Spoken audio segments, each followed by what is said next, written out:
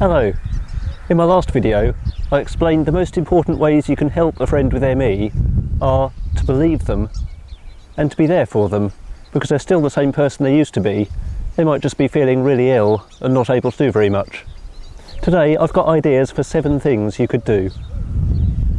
Firstly, find out a bit about ME. The more you understand their illness, the better you can support them. Ask them questions. Remember, they're the expert, they're the one who's got it.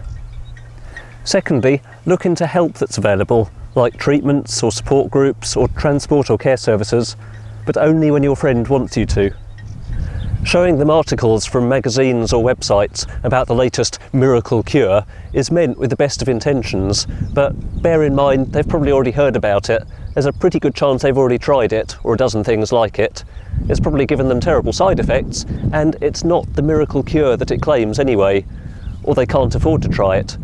So to them, it might sound as if you're suggesting that they're not trying everything they can do to get better, even when you're hopefully not saying that at all.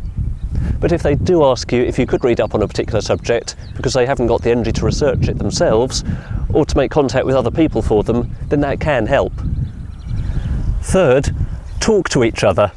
Don't be afraid to ask how they feel, but don't overdo it checking all the time if they're okay. It could get annoying. Most of all, make sure that if they do start to feel too ill or exhausted, that they feel comfortable to tell you. Make it easy for them.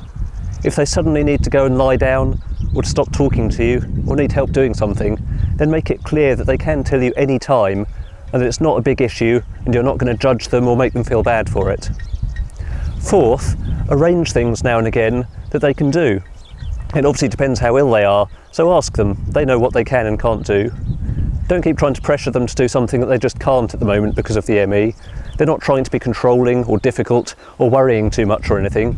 They just know when they have to protect their very limited energy.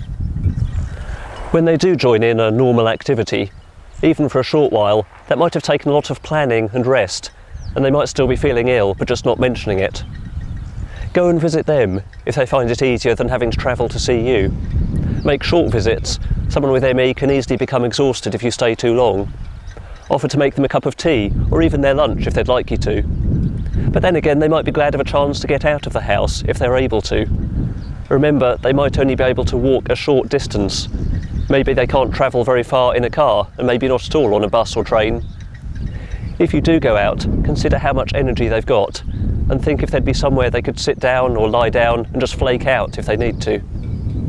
Remember, ME isn't just about exhaustion, it's about feeling ill, being in pain, not being able to think straight, and other symptoms. They might need other help too, at home or out and about. If they've told you they can't cope with strong smells or loud noise or whatever, then please try to take that into account when you invite them out or to your home. And you know, my very best friends in all the years I've been ill are the ones who have coped with my food allergies and actually cooked me meals at their homes.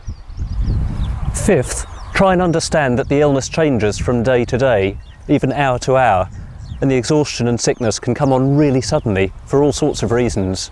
At those times, even saying, let's just stay another 15 minutes, can be far too much, and could mean them being stuck in bed for another 2 days afterwards. In the same way, don't be insulted if they suddenly can't make it to an event or something. It's simply because of the way the ME fluctuates, often without much warning. Sometimes it might take them longer than usual to do something. You might end up having to do things at short notice, or just have to take things as they come. Your friend might not always remember things you've said to them, and there might be times when they haven't got the energy to spend with you. But the 6th thing is, do still keep in touch. They might not like to be the first one to make contact, because they might know that you're busier than them, and they might feel like every time you talk, they're just going on about how lousy they feel, or they haven't got anything to say because they haven't done anything. Help them to keep in touch with what's happening at work or college or school, and with your group of friends and hobbies. You don't need to remind them how much they're missing out on. Never pity them or say you couldn't possibly cope without all the things they're losing out on. They're already perfectly aware of all of that and are just trying to cope with it the best they can. But do help them to feel that they've still got a life outside of ME.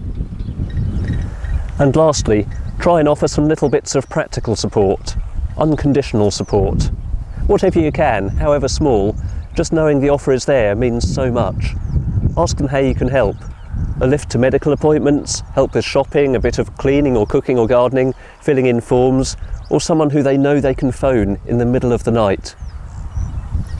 Thanks to leaflets from the Times Trust for some of this advice. Next time, I'll talk about some other issues for supporting or caring for someone with ME.